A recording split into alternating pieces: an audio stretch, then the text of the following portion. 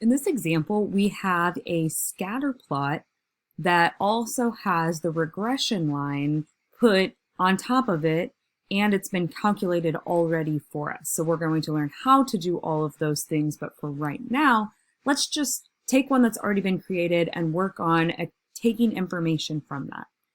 So what we've got here is home runs and RBIs, and we have up here at the top the regression equation. So first it says, answer the following about the RBI scatter plot and the regression line above. What is the explanatory variable and what is the response variable? So you will need to know these definitions and be able to apply them. Remember that explanatory is another word for the X variable. So in this case, that would be home runs. And response variable is another word for the Y variable. So in this case, that would be RBIs. What is the slope of the regression line, and interpret what that means in context? So let's go up and look at the regression line they've given us. They have told us that predicted RBIs is equal to, and then look at the way that they've got that formatted. For whatever reason, the output here has put the B value first, B plus, and then here's our MX. So they've sort of given it to us in a backwards formatting. I might choose to rewrite this. When you see regression equations, a lot of times instead of just Y, you will see them called Y hat. The hat indicates that this is just an estimate, that we are estimating Y's by doing this regression line. And I might choose to put it back in the format that I'm used to seeing it in, which would be 2.16 x plus 30.46. So that could be helpful to be flexible and just be able to rewrite it. So the slope is 2.16. That's my M. Okay, so we can identify it, but can we explain and interpret what that means in context?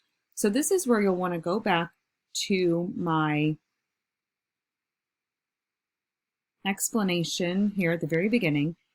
Our slope says that as the x increases by 1, we expect the y to increase or decrease by the slope. Okay, so we want to use that structure. As x, in this case, our x value we've just said is home runs. So we could say something like, as home runs increase by 1, so for every 1 increase in home runs that a player would have, we expect, let's go back and check again, we expect the y to increase or decrease by the slope. So we expect the y value is RBIs to, in this case, the slope is positive, so it's to increase by about or approximately 2.16. So we can kind of think about that as the home runs increase by 1, you expect this player's RBIs to increase by about 2 more RBIs. What is the y-intercept of the regression line, and interpret what that means in context? So our y-intercept is that B value back here of 30.46. They may ask you to just give them that value back, or they could ask for it in a ordered pair formatting. I like to write it in the ordered pair formatting, so I'm going to write it as 0, 30.46. And the reason I like to write it like that is because this gives me my interpretation if I really think about it. So if I think about the X value being, again, home runs, and the Y value being RBIs, what this is telling me then, I just need to make a sentence out of this explanation. So this tells me something like, when there are no home runs, we still expect about 30 RBIs.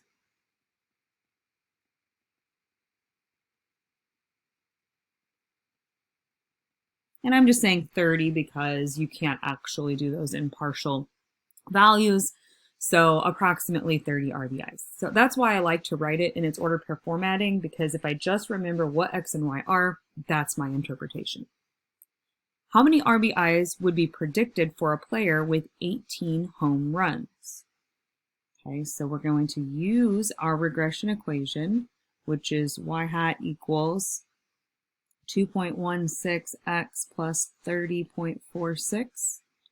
We know that the x value is the home runs, and we're predicting y's. So 2.16 times 18 plus 30.46. I can just do that calculation real quick. Times 18 plus 30.46 and get approximately 69. So 69.34. or approximately 69 RBIs. So we use those regression equations to estimate new values. We may not have had, it's possible maybe there could have been a blank here. Oops, sorry, that's not where 18 is. 18 is over here. Perhaps there was no dot that fell exactly on the x value of 18, so we could estimate what that should be. Or we could even think about it, there's definitely no dot at all at the 45x, so maybe we would want to use our line to estimate what that would be. When you're studying scatter plots, you want to look for three things. You want to look for trend, strength, and shape. And a lot of times when we're writing up our explanations of these, we use those three features to identify it. Your trend is the general tendency of the scatter plot as you scan from left to right. So you can have positive trends, those uphill lines. You can have negative trends. And deviations are points that do not follow that general trend that you're seeing of your points. Those points deviate from the overall trend. So that's the idea of trend. It's either uphill or downhill, positive or negative, and then you have some points sometimes that deviate from that. Then as far as strength is concerned, strong associations have a small amount of scatter in your scatter plot. All of your points are very clustered in together. But weak associations have a large amount of scatter. They're kind of, all these points are all over the place. That indicates a weak trend. As far as shape is concerned, the simplest shape trend is in fact linear, which is specifically what we're talking about. To be linear, what it means is that this increase or decrease that's happening, it's happening at the same rate and can be summarized by a straight line. There are other shapes, and as far as we're concerned, if we see a different shape that doesn't really look like a straight line, we just say it's nonlinear, and that's not something that we're going to focus on. Those are focused on in other courses. When you're writing your descriptions of associations, you always want to include those three features: the strength, the trend, and the shape. And also what those mean in the context, of course, of your data. After you do that, you want to mention any observations that do not follow this general trend. And a big key here is that you want to use the word tend in your description, because not every point will follow it perfectly, or for not every point will be true. And we'll look at that in just a second.